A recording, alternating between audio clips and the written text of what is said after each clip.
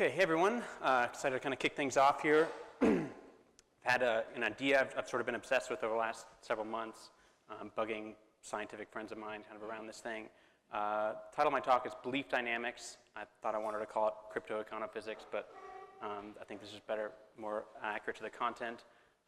So I'm a private pilot, been flying for a couple years, and one of the things you do when you're up in the air is you're kind of looking out over your wings and looking out around things, and it always occurs to me, it's like, man, how the heck is this thing flying? Like, how the heck am I just up here? There's nothing below me, and it's pretty amazing stuff that we get to fly as humans. It's only been around really like 100 plus years, or just barely over 100 years that we've been able to do this. So still pretty incredible stuff.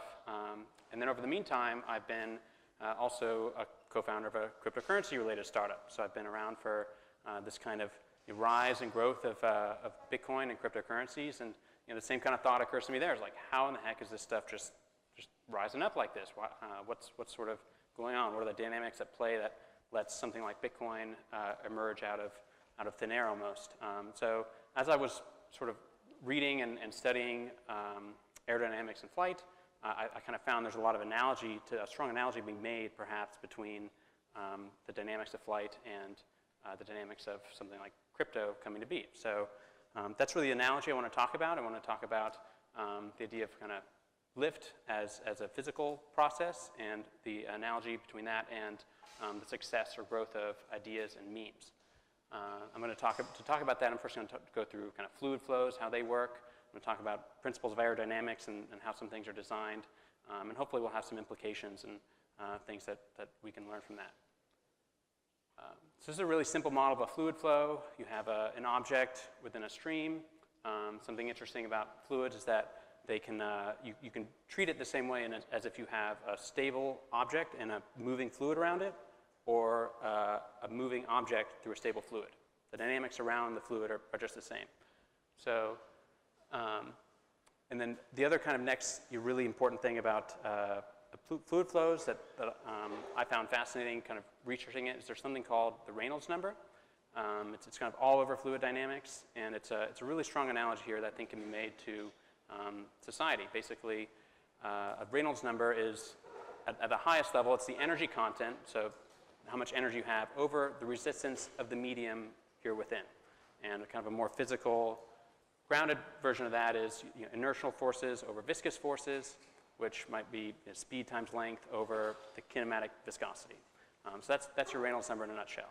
You have a Reynolds number is really interesting in part because it's a dimensionless number, or it's a unitless number that there's no kind of there's like weird feedback from that. Can't stand over there.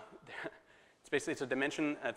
There's no feet or meters or anything associated with that. It's a number that applies to all kinds of systems, and just knowing that number tells you a lot about what's going on and what kind of dynamics might be at play. And so to talk first about sort of low Reynolds numbers, these are at the kind of scale at which something like bacteria, or in this GIF, best way I could find is of sperm. So they live in this context of a low Reynolds number. And your strategy, your motion, your how you move around and get around in a low Reynolds number environment, it's very different from a high Reynolds number environment. You're having to physically kind of exert yourself against a fluid that feels more solid to you. Some bacteria and things kind of corkscrew through the fluid like that. So you're really pushing against the fluid in a way to get yourself to move.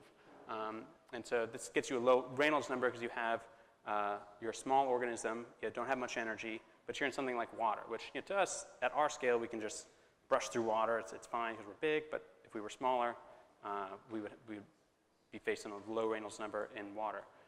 So the analogy, though, for us is like if you wanted to experience what it's like to try to swim through water as a spermatozoa, you would just want to jump in some tar. And so that's where, here we are as a large organism, high energy, but put us in some tar, something that's highly viscous, we're not going to be able to swim. There's no freestyling in a tar pit. You have to still kind of wiggle and get yourself around in that type of way. So in my analogy here, I'm trying to draw this parallel between society and the societal kind of medium and fluid we live in, and the Reynolds number within physical fluid flows. My denominator here, this idea of the resistance of the medium, is the resistance within society towards new ideas, you might say. And those new ideas or those new technologies or innovations, they're going to face resistance from a couple different areas. Distance, how far apart people are, transaction costs, how hard it is to communicate or get something or transfer energy between two things. And then lastly, you have kind of conservatism or just the status quo bias that we're not going to change our minds so easily, or we're just going to default to sort of the way things were. So my analogy here, I've used sort of primitive society started out in a low Reynolds number. You had the way you got your point across, or the way you got things done, was physical motion, punching something in the face, clubbing them. That's how things had to get done. That's because you had this high resistance in your medium and giving you a low Reynolds number in our ratio here. But over time, you've had certain forces through technology and other means and culture that developed to really increase the Reynolds number of society. Those things have been language. Now, instead of punching in the face, I can just tell you something. Money helps us barter, exchange for goods in a more free-form or liquid way. Things like the print media and the telegraph really collapsed. Distance is no longer so much of a factor. And then finally, we're living in the internet era, where we're all connected. You don't have any those same forces really necessarily impinging or giving us a hard time to transfer energy or information between each other.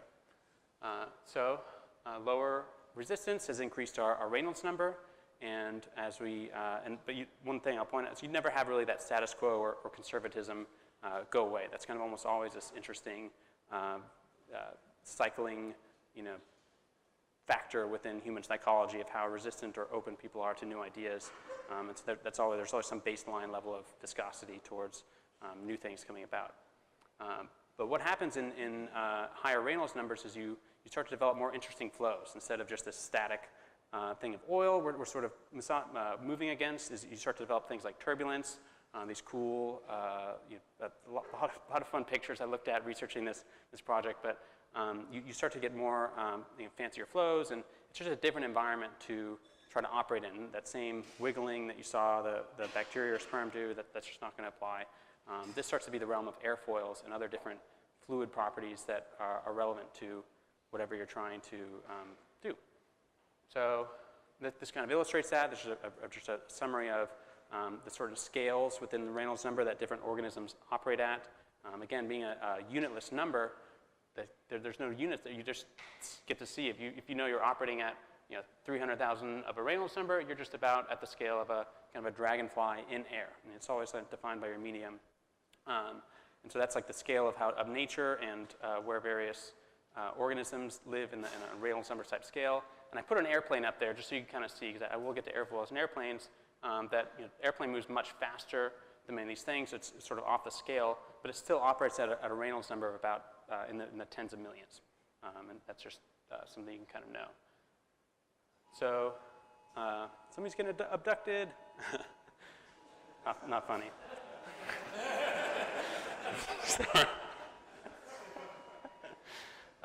So the next kind of really important aspect of fluids flows is this concept of a boundary layer. And boundary layer is sort of this idea that as a fluid moves past something solid, there's a layer of that fluid that gets trapped. That there's frictional forces that really cause those molecules to kind of grab and get caught up with the solid there. And that forms really a different layer with different dynamics happening within it than the rest of the free stream. So you can kind of see that here. There's a free stream moving along, and then right there at the base is this sort of tumbling little boundary layer. And one important thing to think about with this is that really this kind of helps show us that most all the dynamics happening in a fluid situation are fluid-on-fluid dynamics. That the actual portion of the fluid that is touching the physical thing is fractional. It's a very small part of the actual fluid. Most of the forces are getting transmitted between and within the fluid. So when I talk about society and these ideas, that's what I'm kind of reminded of, that hey, when we learn about something like Bitcoin or how something works, like we're usually just talking to another human or another expert. We're not always necessarily interacting with the thing itself. So I thought that was kind of a cool analogy. This, I don't know how well this will kind of show through on the screen, but this is a GIF I made. It's kind of neat. You don't have to go to like a wind tunnel at a university to study fluid flows. This is actually just my iPad. You have iPad apps that develop fluid flows. It's just kind of a picture of you almost see kind of a boundary layer happening there, but really I wanted to motivate that example with the slides to sort of show that, and even though this is a simulated fluid flow, there's always this idea that if something is cruising, if it has a nice profile flying through some fluid, there's going to be molecules that are attached to it at that boundary layer. And in my analogy here, a boundary layer is like expertise. Like that's where the experts live. They're close to the thing. They know kind of what's going on. And usually when we're learning about something, we're communicating with that boundary layer of experts. That's how we find our information. So I think that's kind of something here. And the implication there is that good ideas are things that have good flowing boundary layers around them of experts. And this is a kind of an example of unattached flow. That same object is moving way too fast through the same stream. It doesn't have the time for a boundary layer to develop or attach to it. And so you have what's called unattached flow, and that's very drag heavy. That thing, even the math there shows you there's just no kind of lift forces happening. And so I'd want to talk about lift. So we've talked about fluid flows, boundary layers, and the sort of Reynolds number. Next I want to talk about what makes things kind of go up within a fluid flow. And the best thing I can come up with is this analogy I'm about to walk through. There's a lot of wrong ways to think about lift. This is only just much less wrong than other ways you could hear about it. But to just make this brief and pretty easy, I want you to imagine a static field of frozen air molecules. And in that static field of frozen air molecules, we've taken an airfoil and we've just streamed it across in there. And instead of those air molecules kind of getting out of the way, let's just pretend that those air molecules just kind of died and disappeared. They kind of blew up. And so what we're left with is a void. So as those things kind of move through, and you can imagine this kind of happens at like a frame-by-frame level, that each time it moves along, there's like a little gap kind of created behind this thing. And that's displacement. It's really just it's the kind of obvious thing that's happening here, but it's also not obvious as soon as people talk about like Bernoulli principle and other weird things about flight. So just think about the idea of displacement. And as that displacement occurs, you have air above the airfoil that wants to come in and fill it. So if we made this a more dynamic system, took away the fact that this stuff is frozen, as soon as it's unfrozen, that air up top, you can imagine, is going to want to kind of come in and come down. And so that's why you see most airfoils shaped this way. It's because that asymmetry helps air kind of above the wing to come down and fill that up. And as you have, in any action, you're going to have an equal and opposite sort of reaction, and that's big functional driver of lift. So lift is a really complicated thing, but if you get this in your head, you're like 80% of the way there. Everything else just sort of also clicks with this when you think about, well, why the air moves faster around the forward part of it. It's because you've got air trying to fill in that void that comes from the front of the wing. So I kind of make this equivalency between displacement and how ideas displace people, and like really big ideas displace a lot of people. And so the amount of lift you generate, the amount of something, the success of an idea is kind of correlated to the amount of people that are displaced by it. And the way the lift kind of displaces, the way a wing displaces air is in this manner you kind of see depicted here. So it's a fair way to think about it, that basically closer to the wing is the air streams that are most displaced, again, kind of correlating with that boundary layer of experts, and then maybe some other layers closer to that. And then you have this kind of scooping effect over the wing, in that really in the core base middle of the wing is where most of the lift is generated. And the further you get out, the kind of less lift, less air that gets displaced. So I kind of have this analogy in my head of like as we design airfoils and we start with that sort of 2D shape of our airfoil, we're kind of talking about is like the size of displacement we're trying to make in people's minds, which kind of correlates between maybe information, interestingness, this idea of just that they're like that Bitcoin just displaced in my mind how money works, how money should work, and so that kind of phenomenon happens in a lot of different brains at once, and I think there's just kind of interesting correlation to sort of make there, and this sort of showing my point here. Blockchains are this kind of huge. They have huge conceptual displacement. There's so many different things going on that all of us are fascinated by that we're just kind of, as it is coming through our lives, as we learn more and more about it, that space that gets created almost just gets bigger and bigger. And so I kind of have this idea of this blockchains are this really nifty airfoil that's flying through society these days. And that kind of makes the curious rush in. That's why we're all here.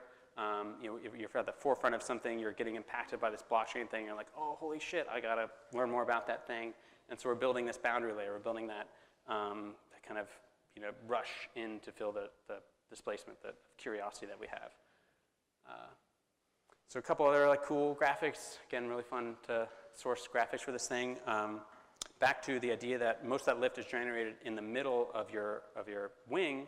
I kind of see this design as like, okay, if you're building a project and you're wanting to launch a blockchain, or what makes a healthy airship or something that is flying through fluids, you've kind of got this core stream of maybe the harder sciences of like developers, miners, that there's a core base of something that we believe in more. And then kind of outside of that, you have entrepreneurs and business builders. Next you have maybe users, you have people like actively transacting on the exchange. And then kind of out there on the edge you have investors. So all these people kind of come in layers. But all of them kind of contribute to lift in maybe some way according to that same schematic I showed.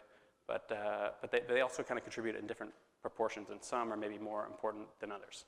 I think there's like an analogy for me to make between ICOs that maybe don't have that that core middle, that thing maybe going on, and so it's just more like out there, kind of, and the investors are sort of the speculators are causing a lot. This thing might just fall apart, right? So there's not that same structural stability and same lift generation.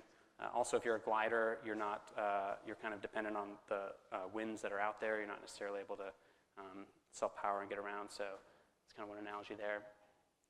Same thing, thinking about lift, all that displaced air, that sort of stays, it keeps its structure. As an airship or a plane moves through air, you can see in that photo, all that air that is displaced along the way kind of still maintains that same structure, and that's a long-term effect. And so I think that's similar thing kind of happens as you have that stream of developers there in the middle, learning their stuff, getting their minds blown, and developing cool technologies. You have entrepreneurs, users, and investors, and I still like the placement of investors out there because they're almost the people that kind of mix with the mainstream a lot more. They're the ones out there. It's more chaotic. Kind of viewing these vortices as where like YouTube channels live for crypto, like pump and dump groups, like all that stuff. Like it's just more chaotic. It's less stable, and not going to be around as long as the stuff that's really in the middle that everyone's learning and being displaced by. So engineering in high Reynolds numbers involves these airfoils. Here's kind of several versions from sort of nature.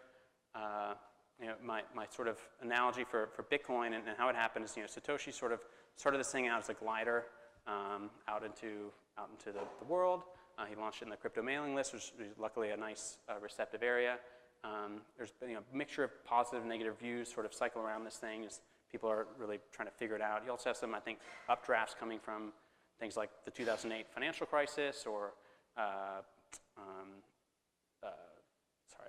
2008 financial crisis, or libertarians and Austrian economists and folks like that are already kind of interested in this thing. And then you can also get this other interesting effect as entrepreneurs and businesses get associated with it and want to build projects. And I kind of look at those things as engines. So that's people organizing themselves, attaching them to some bigger thing, and trying to make that thing move forward and make it go up. And by the way, what is an engine? An engine is a device for taking in people and making them do things, or getting them to help you propel something forward. And to do that, you're burning fuel, you're burning capital.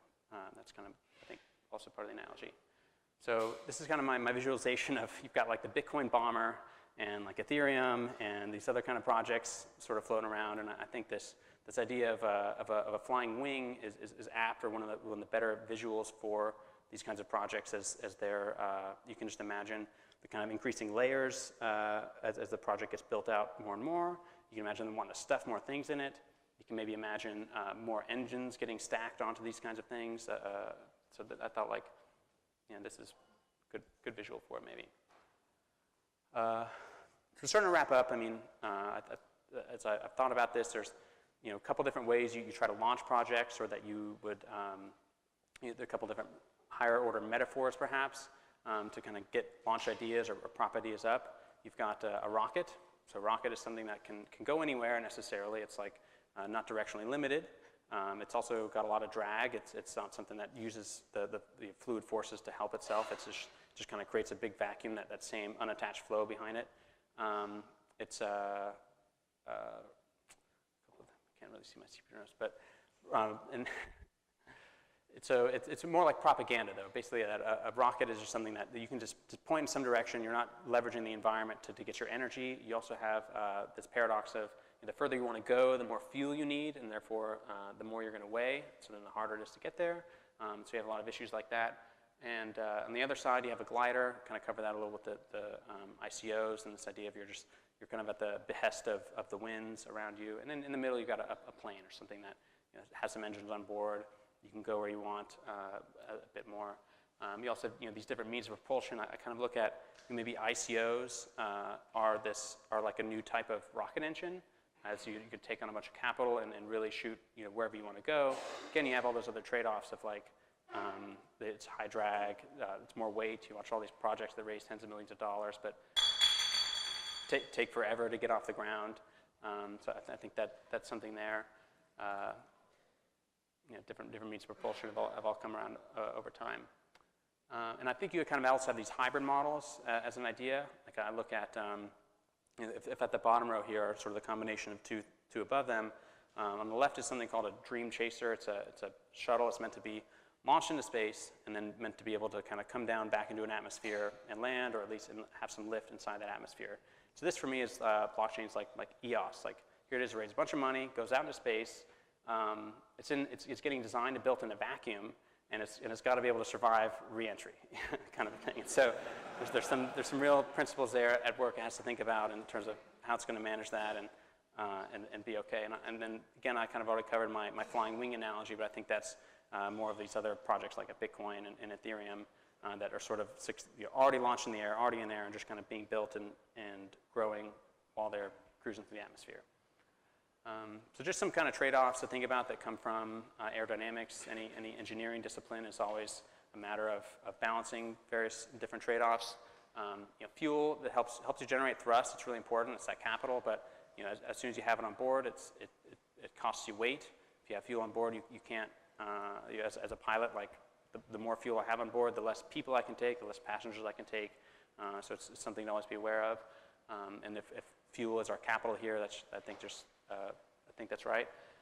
Speed, it's necessary. You need some kind of forward motion through your medium, but the faster you go, the more drag you create. So there's also a trade-off. Structural soundness, again, if you want something really solid, really rigid, it's going to add more mass. And lastly, there's a concept around kind of, I think, surface textures. I want to try to take this further, but I think things like open source technology and a lot of the stuff that's involved in making blockchain successful have something to do with the way like the airfoil surface is, or the idea of things being able to stick to it or roll off of it, or even just the overall size of it. Open source kind of allows for a broader airfoil than not. So there's some other things I'm trying to noodle on to take this further. And this is just sort of a designing of a transport plane. This is kind of what that process looks like. And I thought if I was sitting down to make a blockchain, I might leverage this and kind of think of some equivalencies for what my blockchain needs to do. That's it.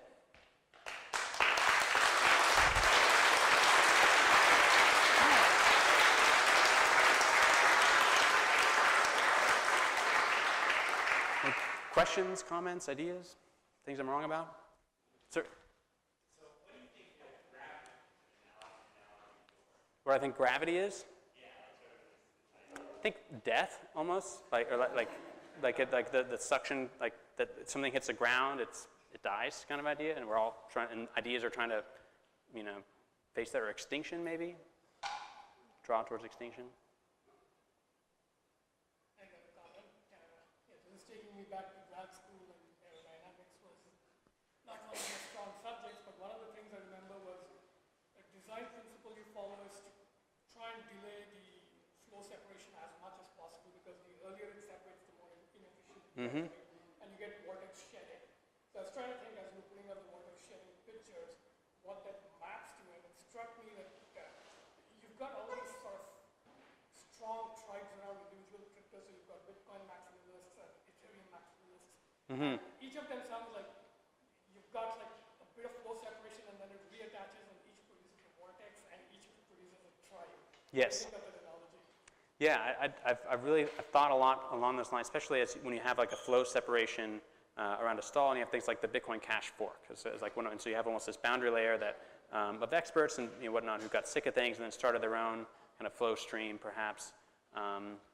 The other idea is that to have good flow that's attached for as long as possible, you try to disrupt the flow early. So you have kind of a rougher surface, and that's the idea of like a golf ball. Having that rough surface, that means that the airstream really kind of trails off to it neatly versus if it's just smooth. And I've been trying to find what there is something about that there in the way that like almost Bitcoin is worse is better, that the roughness of it sort of helps self-create that expert boundary layer. And that's where you're trying to put out all the energy. I didn't include some of these slides, but the other ideas around blunt objects versus really sharp objects. That a sharp object, intuitively you kind of think is like the most ideal thing because that's gonna go. But as soon as the faster that goes as a sharp object, the more stresses and friction and heat is put on the object itself. So you got to have a really well-designed materials and things like that. And that's why things like those SR-71 Blackbirds and whatever, they're really angularly sharp, but they're built out of like space-age materials. On the flip side, things that like that re-entry vehicle I showed, it had a rounded nose. It was a blunt nose, and that puts out all the boundary layer. All the energy goes into the air more or less, and the object doesn't heat up as much. So there's something there, I think, also like putting out the energy into the boundary layer versus taking it in on the thing itself, which might break it. I think actually answered your own question here. Like boundary layer mixing, the analogy there is mixing up the tribes, right? So a group like this where there's like a huge range of expertise, some people are actually programming crypto, the rest are coming in from random places. That might be the boundary layer mixing effect that keeps flow attached and tribes from not forming. That, especially the multidisciplinary idea within blockchain too, I think that feeds into. Cool. Sorry. Hey. So I didn't catch all of the talk, but I used to work in financial markets and derivative markets and all these things, where the way that markets are conceptualized is that you have these layers of buyers and layers of sellers. Yeah. And markets need to be characterized as either very deep or shallow.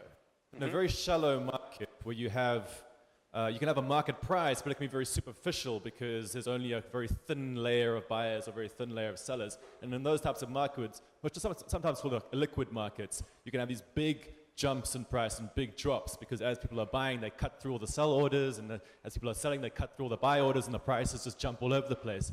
How would you sort of, reconcile that with, how would that play out in your analogy? Is that sort of like your air pressure? What exactly is that?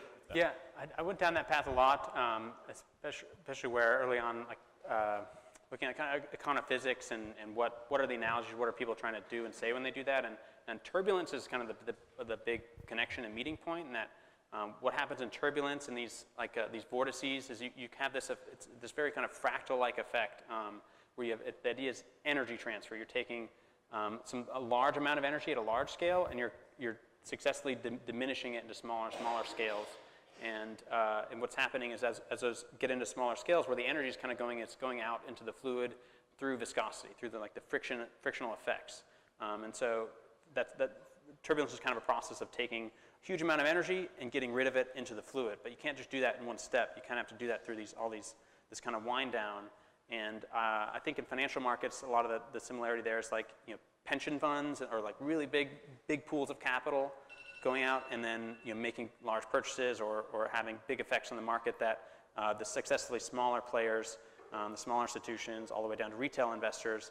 That's kind of how like there's a transmission of energy effect kind of a thing through the capital flows in that way. And so I haven't been able to fully bridge that analogy and that idea, but that's my answer to where some of the connection lies. This guy might first. Just to follow up on that, so is the great stagnation the great stall then? Should we be thinking of stagnations and stall dynamics and stuff like that? There's one paper I found that literally takes, they took the like macroeconomic data from Sweden and macroeconomic data from the US and modeled it with all the parameters of like they just picked an Airfoil and the ideas of GDP and income growth and things like that. And they were able to build some parity to like a stall looks like a recession or something just about to enter a stall it's a recession point and it's stalled kind of a thing. Okay. So there's something there. So my question was,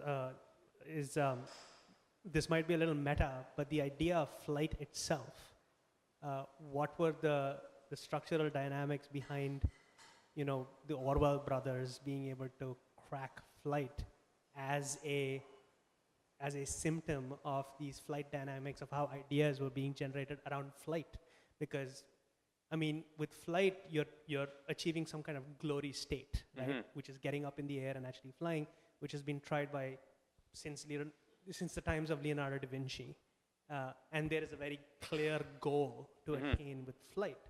And so there's that point. But with crypto, it seems like there is no, maybe it is 100% trust or 100% decentralization as a glory state to attain true flight. So, have you thought about thinking about the idea of flight as a product of your flight principles of great ideas?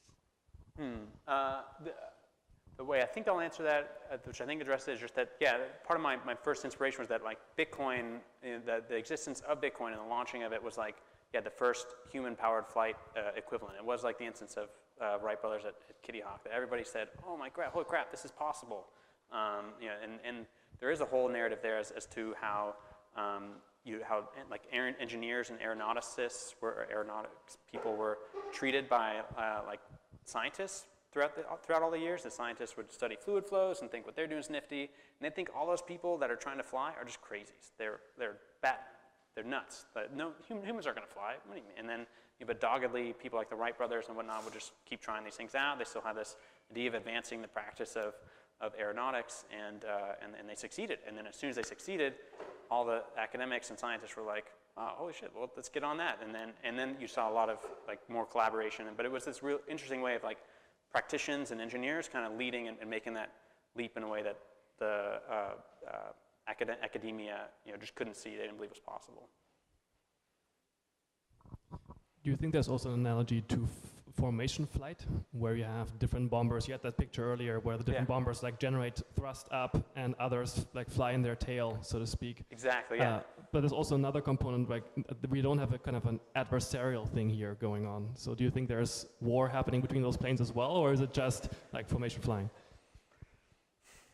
Yeah, tough to say. I think there's definitely the formation flying ideas, but then I felt like that's part of the displacement, the long-term displacement, creating a structural shift, and just like you have a new flow now that things like Ethereum can take off in Bitcoin's wake. And then the war part, there might be something there, maneuverability and things, but. And maybe also one plane takes over the lead from others and then like starts to become bigger and the other ones fall behind it, but go in that thrust as well. Correct, yeah. And maybe one more question. Has your model helped you predict something? Have you been able to make predictions and see? I'm sorry, could you speak just the mic close? Has your model helped you predict something that hasn't happened, something you could share maybe? Great question. One of the interesting things about, I thought, also learning about dynamics, fluid dynamics, is that there's sort of like governing equations that have been figured out for a couple hundred years they're called the Navier-Stokes equations, and if you pull them up, they look a little complicated, but they're just some partial differential equations, and they're super hard to predict with. Like and it's a huge challenge within computational fluid dynamics. I kind of had this thought early on of like, why is it still so hard for us to develop airplane wings? Like, why can't we just like find the ideal wing and just always have that, always be using that? Why is it such an iterative process? And part of it's because those equations, you can't just like run them on a computer and solve them. They're chaotic. That means they're very sensitive to changes in initial conditions. And so depending on just the most minute change, you can have a totally different dynamic system, because it's trying to solve equations at multiple levels, at the molecular, like things moving in against each other, and also these bigger scales of like a larger part of the fluid that might be moving one way or the other. And I thought that was fascinating to me, because I also thought about social systems and how difficult it is to predict anything about society and like what's next, what people don't really care about. And so I was like, maybe there's something there too. Wait, so if you're assuming that your model's chaotic, it's sort of like saying that your model is useless, so I have no idea why you gave us this talk. Yeah, that's probably a lot of this. I can see why you gave the talk as like a way to have a good morale boost, but like maybe that's justified, but like this was Maybe, I don't know. I enjoyed it. So.